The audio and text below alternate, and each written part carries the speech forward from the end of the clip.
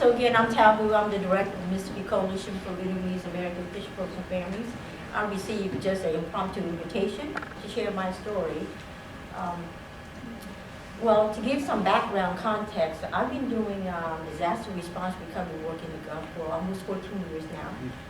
I was born in Vietnam, but you can tell I love the Gulf because I acquired the Southern accent. So hold on one second. So I was in Benoit, Squanlook, and Takoo. Oh, how Yeah. long was your tour? Too long. Oh, too long?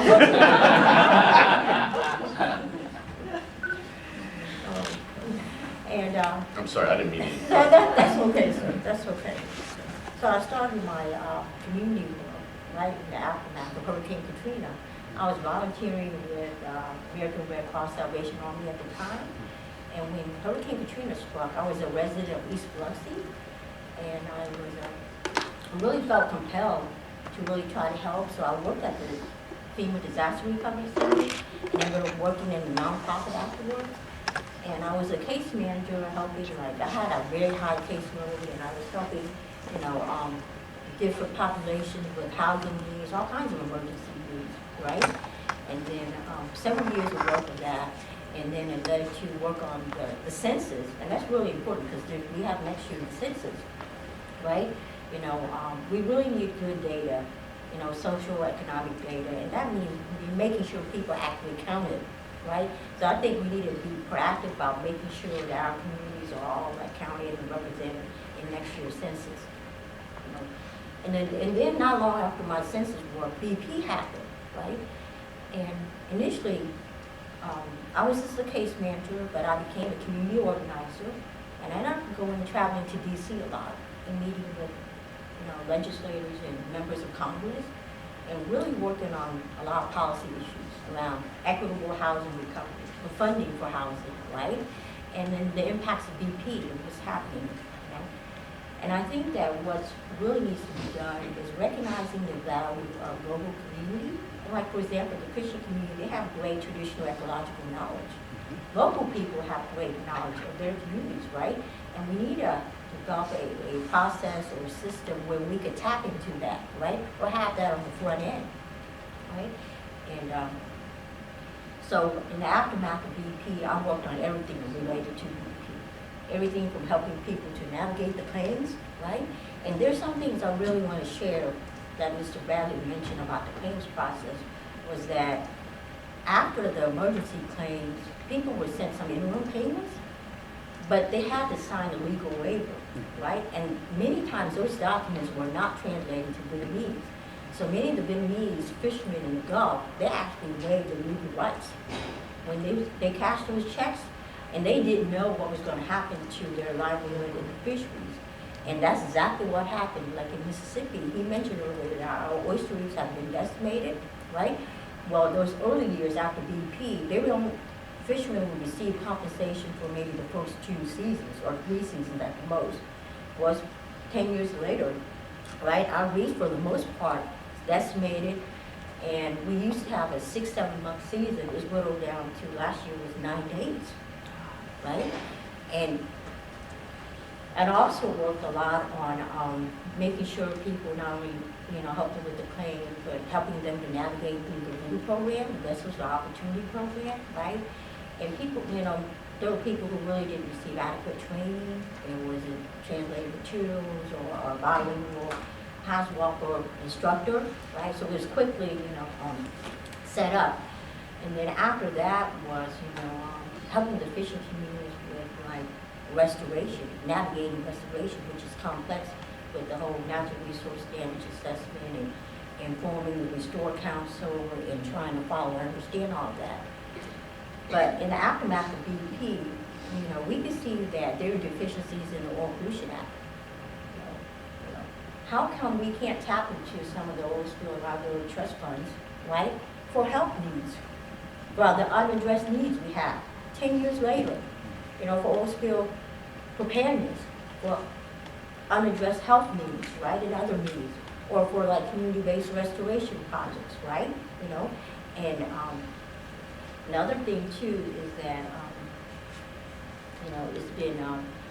it's been very challenging to to do this work because before a spill, many of us didn't have that connection or partnership or relationship. So it's taken several years of work of trying to build something with like federal agencies, state agencies, academics, right? So right now, my organization, we have been trying to foster relationships with academics and scientists, right? Not only the physical, but the social scientists to help bridge that gap and build more of this cross-sector approach, right, where we can learn and share from each other. Because I know of the earlier presentations was talking about like two different styles, right? And we need both, right? You know, analytical and experiential, right? Right? So we've been working on that, and we need to foster more of that, right? And how can we foster and build better relationships with like our federal and our state agencies as well, right? And doing that on the front end.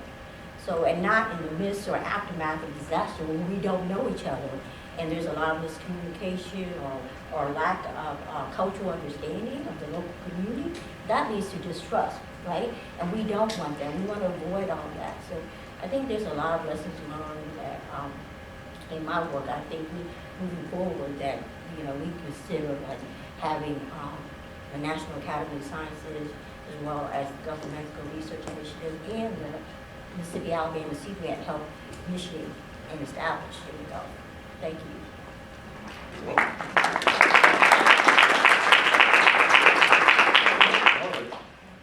My name is Kathy Holmes, and I'm actually from the Navarre Beach Sea Turtle Conservation Center.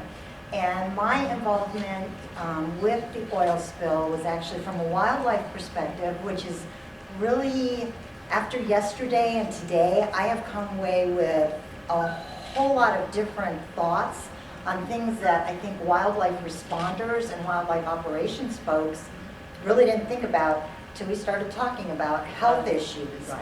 And you know, the community and everything like that, because our whole purpose was to ensure sensitive and critical lands were protected from any more destruction than was absolutely necessary and the spill happened on April 20th, and sea turtle nesting season starts May 1st. So there was a very short window there where they were trying to pull people together. Again, new for us, never had anything like this before. Hurricanes, we got it. You know, hurricane storms, that doesn't really faze us a whole lot, but the oil spill was very different and actually scary. There were a lot of people, myself included, that when we were deployed quickly, we had no training. So we knew what we needed to do for the sea turtles, we knew what we needed to do for birds, but we had no PASWAPR training, we had no protective gear in the beginning, other than manual crews to start with, and then mechanical crews that came in at a later date. So there was a lot of training and everybody keeps saying preparedness, and that we need to be ready like now for if it ever happens again, or any other odd thing, whether it's oil or something, some chemical spill or anything, that everybody would be ahead of the game and know what we needed to do. So my experience, for the most part, even though the disaster was horrible, was positive with the crews that I worked with and that I had to lead. And the one issue that we constantly had is we would get our crews up and going, and we may have 15, our maximum were 20 over there, 20 people at a time. So we were involved mainly in nighttime operations. I did get deployed once for Mississippi, and that was for in water, working with the VU people that would take us out, and we went to Horn and East and West Ship Islands and different places like that, checking for oiled wildlife. We didn't really come across a lot of oiled wildlife or oil in the water, but that was our main purpose for being out there for 3 weeks. And that was a whole different experience also, just with the different people with the different boats and how that was working with BP. Again, like Ryan had said, we would go to whatever place we were leaving from, and we got a little safety briefing, but that was about it. You know, when you're out on the water, you know, there was really not a whole lot about, there's a lot of oil out here, or, you know, we have a whole bunch of pelicans that are in the midst of this oil. other than our protective gear. We also did not have respirators. At one point, we did get masks at the beginning, but again, that is, that all needs to be in place immediately, not 2 weeks after you're already in the field doing something like that. The crews that we had, very long days, like you were saying, 7 days a week, you know, you could work 10-hour days, you could work 12-hour days, shift work, round-the-clock shift work, it never stopped.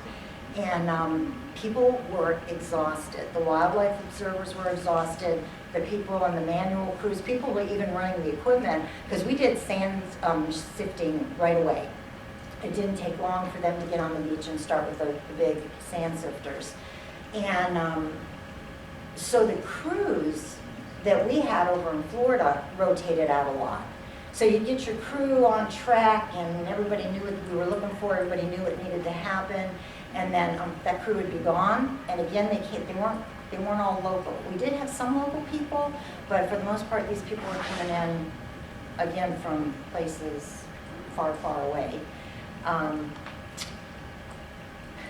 We had an opportunity at one point on the Bar Beach where we were getting ready to get onto the beach, and in the beginning, the wildlife observers or the sea turtle, anybody that was on a sea turtle permit, they contacted us first.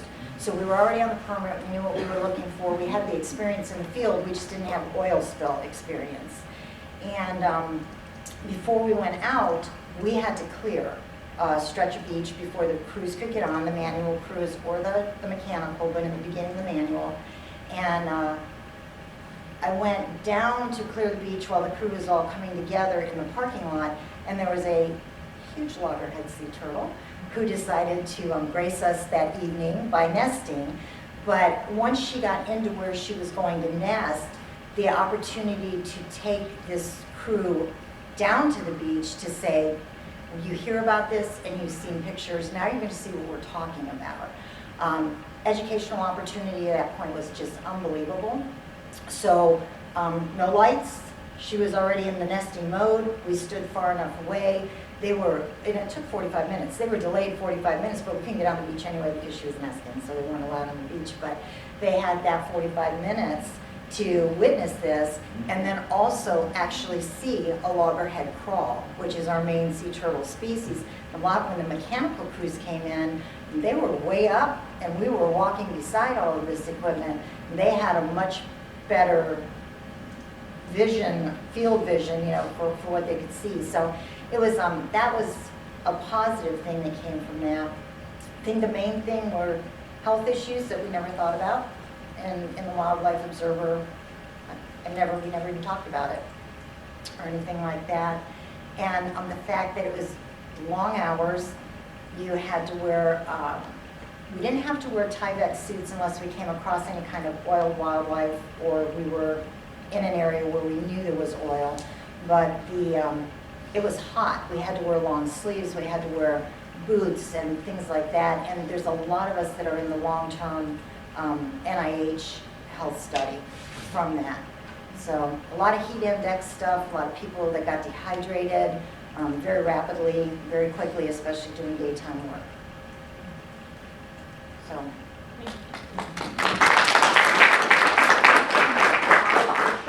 Okay. Karen, how much time we got here? I said 10 minutes. I only got 10? That's what- Okay, then I'm only going to tell one story. Okay, just one. So I'm not going to concentrate on BP. Everybody's been picking on BP. I'm going to leave BP alone.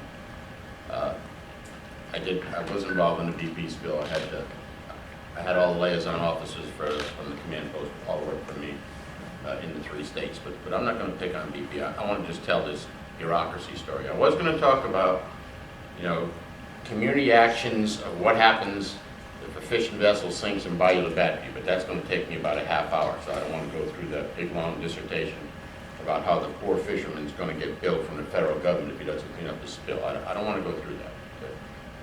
So we'll talk about that after hours. But I want to tell this story about federal bureaucracy. So Hurricane Katrina, I was a project manager. I had about 300 people working for me. I had a large mission assignment from FEMA. I was telling Ryan, I had $265 million to clean up marine debris. Nobody's talked about marine debris. I did probably the largest marine debris cleanup in the history of the United States. Took us over 3 years to do it. So I just want to tell this one story. So I get a call one day, and I get a call from a funeral director of a cemetery in Biloxi, Mississippi. And he calls me up and he said, hey, I'm going through all kinds of stuff, and they tell me the buck stops with you. I said, well, I'm not Harry Truman. I said, but the buck stops here with me. I said, what kind of problem you got? He said, I got a funeral this afternoon. He said, and I got a boat in the middle of the funeral plot of where this person's going to be buried. Right? Okay? And I don't know, did I ever tell you the story before? No, but I think I know where. You know where it's going? Okay. So I said, well, sir, I'm sorry, but I only do marine debris, and it's got to be in the water. I said, that's the Corps of Engineers. I said, they're ESF3, they do land debris. And the guy said, well, I already called the Corps of Engineers, and they told me because it's a boat, it's you. And they don't care if it's on land. I said, oh, this is good. And I can tell you stories about this thing till the cows come home. So I said, what kind of boat is it? He tells me what kind of boat. I said, is it fiberglass? He said, yes. I said, you know anybody with a chainsaw? He said, I do. I said, well, cut the darn thing up and throw it in the dumpster so you can get on with the funeral. That's a true story.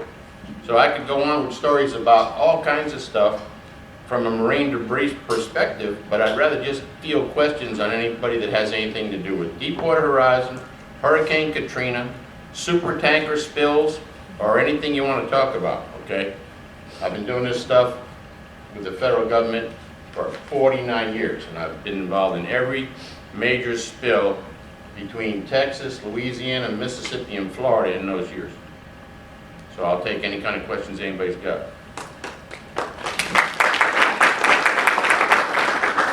Okay, we're going to open it up for questions, but I'm gonna start with one. You guys don't have to answer it right now, but I want you to be thinking about it. So you're all telling stories of your experiences, community organizers, of working on a cruise, you know, endangered sea turtles, what it's like dealing with the bureaucracy and leading crews that are actually out there responding. But I want you to think about how those experiences and working through those disasters impacted you personally. What were the things you had to deal with personally? You know, that you had to take the weight of all of that and helping a lot of different people home at night.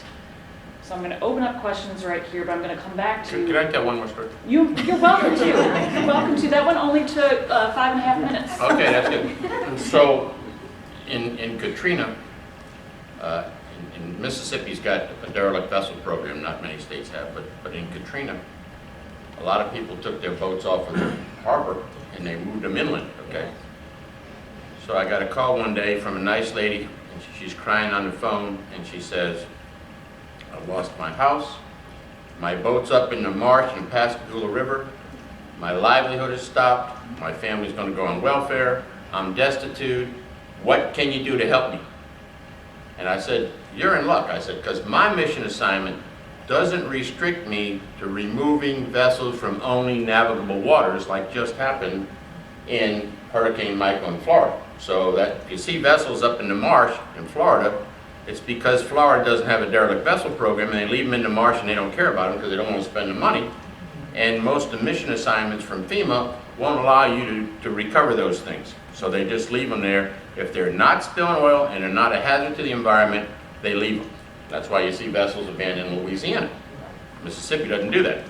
So the lady calls me up. I said, you're in luck. I said, I've got a lot of money, and I said, I'm going to send a contractor out to get your boat out of the marsh, up in the Pascagoula River, refloat it, and you can go back in business and provide for your family. That lady jumped on me, started hugging me and kissing me, okay? And that's a true story. So it depends what the mission assignment says as to what you can do for the community, okay? And I did that on 147 boats in Mississippi. Yes. That's my second story. That's an amazing story. That's an amazing story. Any questions for That's a- Carl or the others? It's a true story. Right here. Catherine? My question is for Kathy, and thank you to everybody who's on the panel right now. But my specific question is, with places like the Navarre Beach Sea Turtle Education Center and other, education opportunities that are in communities affected by spills. How have you seen, these sort of connections with wildlife maybe foster empathy or connections in the community around the things that make these places special, so the sea turtles and other wildlife in the ecosystems? Do you see that play out in your work? Yes, we do.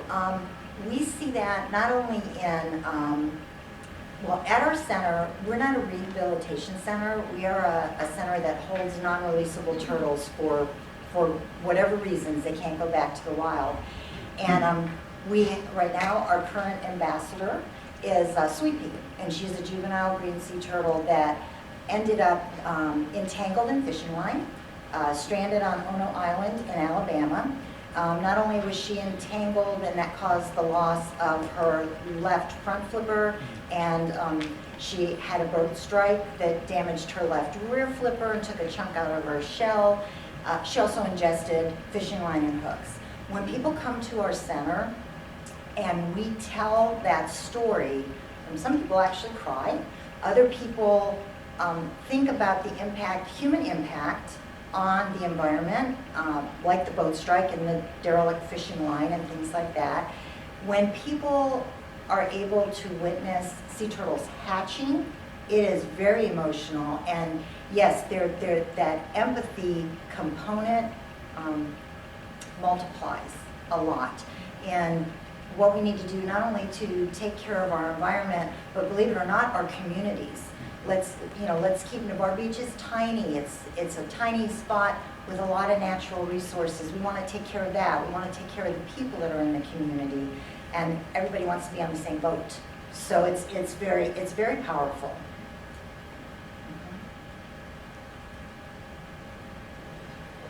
Others? Questions? Nothing? All of those great stories, yeah. Carl, can you share what you did at Bayou de Bache? Well, I want to, this is going to take a while.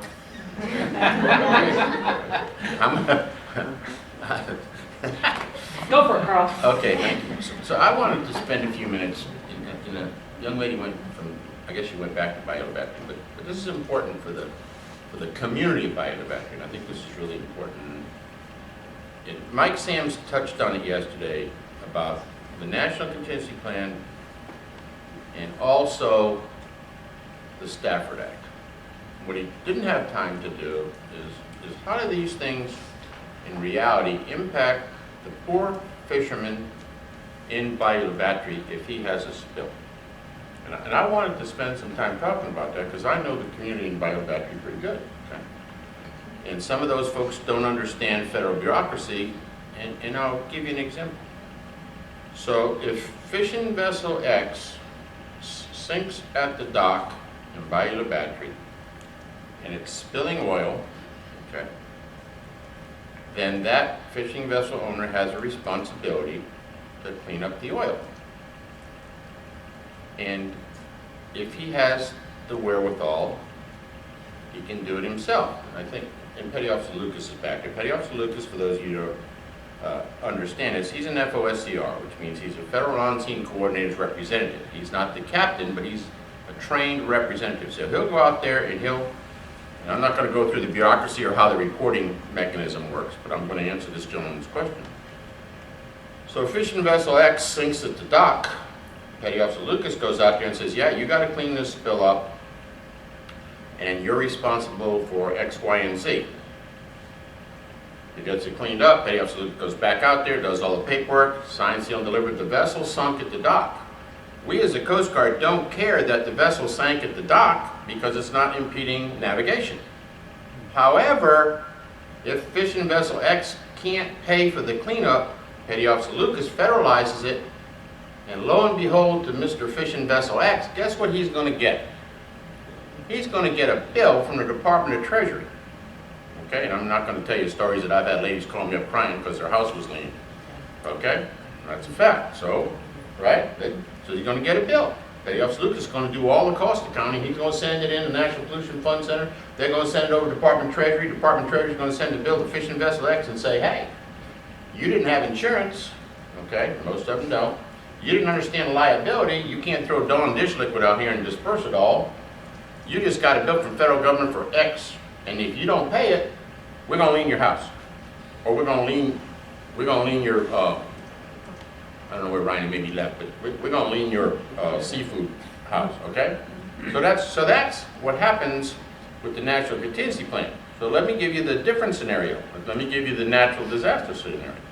Fishing vessel X, okay, Bayou La Battery, is going through the channel, okay, and Hurricane Katrina's come in, he doesn't get out of the way, and he sinks in the channel, okay, same scenario.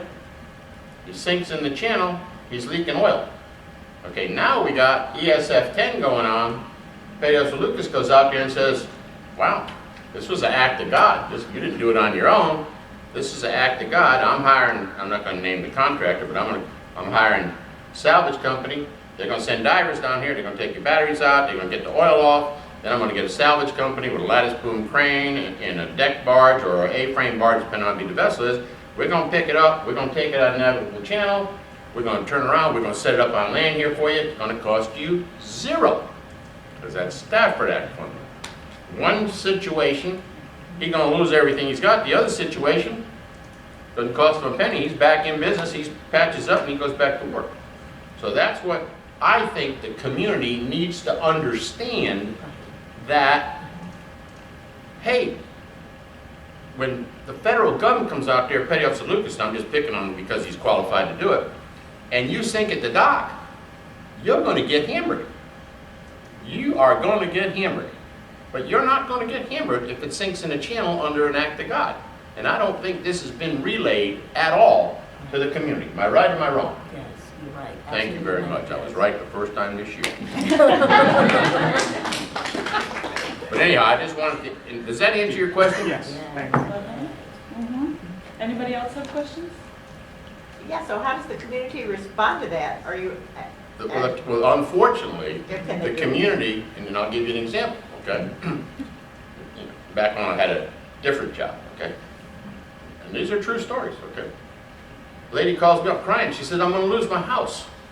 Commander, what can you do to help me? I said, what are you talking about? Exact scenario that I just told you. Exactly like that. Her husband said, screw it, we're not paying the government. They're not going to do nothing. This is true. Time passes by. Their house is lean. My house is lean. Is there any way you can help me? We're going to lose our house. She gives me the whole big scenario. There are some mechanisms where you can get this thing circumvented, and there are some people that have certain authorities that can say, okay, we'll pay for it. That's the only thing they can do, is they can lobby for the FOSC, which is Federal On-Scene Coordinator, to say that, yes, we will absorb that cost and we will basically eat it. Okay, it doesn't happen very often, but it can be done, okay? Extenuating circumstances, and there's got to be a lot of documentation to support that. But by and large, the average person doesn't know how to do that, and they don't know who to call, because they'll call some number and then they'll say, well, do you want to go to Prevention Department, Response Department, Lieutenant Jones, Billy Bob Smith, or whoever, and they'll never get to the right person. Okay, the bureaucracy is unbelievable. But every now and then, like you know me, because I came to this thing, you had to call me, and I'm going to go over and talk to Petty Officer Lucas. I'm going to say, hey, is there any way you can help these folks? And if he's a good guy, he'll say yes, and if he's one of those not so good guys, he'll say no. You know.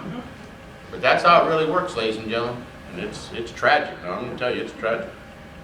If the community doesn't understand what they're getting, like I said, this lady's husband said, screw it, I'm not paying the federal government. Wrong answer. Not a good answer. So those are the ins and outs of oil spills that, you know, and I've said it 100 times, I'll say it again. If the CEO of BP was here, he'd tell you the same thing. BP went above and beyond. I promise you they did. Okay? They didn't have to do anywhere near what they did. There's COFA. Now all commercial people have what's COFA, Certificate of Financial Responsibility. All the vessels transiting in to Tyler's facility in Chevron, they all got COFAs. Okay, they have a Certificate of Financial Liability if they spill oil. Okay. BP way exceeded their COFA. They could have walked away from that a long time ago, went back to Britain and said, have a nice day, we're out of Gulf of Mexico. But they didn't do it. I'm not going to tell you why they didn't do it, but They didn't, and anybody that got any money from them, in my opinion, was very fortunate. Okay, very fortunate. So, that's all. That's all I'm Final gonna say. questions? I'm gonna come back to you guys with my question. Any final questions from the audience? Okay, so back to my question that I had for you. How did you handle the stress of what it was you were doing, responding, Well, I had chest rescuing? pains. Yeah? Honest to God, I did. Did you seek help for it? Yeah, I got a quadruple bypass. No, I believe you. Believe it. Yeah. Kyle? That's probably as serious as you get. That is serious as a heart attack. Yeah, I called up my boss, Ed Stanton, if any of you know guys, Ed Stanton. I went in for routine physical and I said, Captain, you're not gonna believe this. I said, they're gonna crack my chest open tomorrow and do a quadruple bypass. He said, quit joking. So, this stuff's serious business. Got scars to show it. I do, I'm sure do. Yeah. Well, I think it's critically important to have a support system. So I'm a wife and I'm a mother of 3 young children. After I got married, right in the aftermath of Hurricane Katrina, where there was a lot of tunnel debris in East Biloxi, and I have vivid memories. But in doing the kind of work you do in the community, you have to have a love and a passion. And at the end of the day, there are a lot of sacrifices. It's meaningful, it's very meaningful, but it's challenging, and it's really realizing that, that there are going to be challenges and issues, right, and long days, a lot of traveling. I travel all across the Gulf since Hurricane Katrina, particularly since BP. I don't get to go back to some of the communities as much as I would like to, but it's having that support system. And my health actually has been ailing the past several years since BP. Mr. Bradley knows, Ryan knows, I'm always sick with the cold and flu. I've been through several rounds of Tamiflu, but the work has kept me busy, and by the grace of God, I'm just trying to persevere and just hang in there. Because at the end of the day, the Gulf is, the Gulf, and for the community, you can't put a monetary amount on it. There's a reason why we don't leave after disasters, because it's home. I just want to end with that. I would say the same thing. I was stressed, there was no doubt about it, and that showed up in a lot of different ways. But I was also, I have a tendency to worry about other people. Like if there's worry, just give it to me, I'll handle that for you. So I was worried about the crews that I was with, because I could see people getting really tired. People that I had worked with, like in the sea turtle world forever, were exhausted. And so everybody was very, very stressed. A couple people, I wasn't in this group, but a couple people that I worked with actually ended up in the hospital with stress-related type symptoms, chest pains. People did get dehydrated and sick from that dehydration, myself included on several occasions. But again, community and a support system. So at least you have somebody to, you're going in for your night shift, I am so tired and I'm so dehydrated. People would know they were dehydrated going into their shift. Once you reach that dehydration level, it's really hard to get back to where you need to be. But I would say of everything that we were dealing with long hours, other people in this same boat with stress. Mine was just big stress, a lot of stress. Not being able to sleep when I needed to sleep and things like that. Does anybody have any final questions at all for the panel? I'd like to thank them all.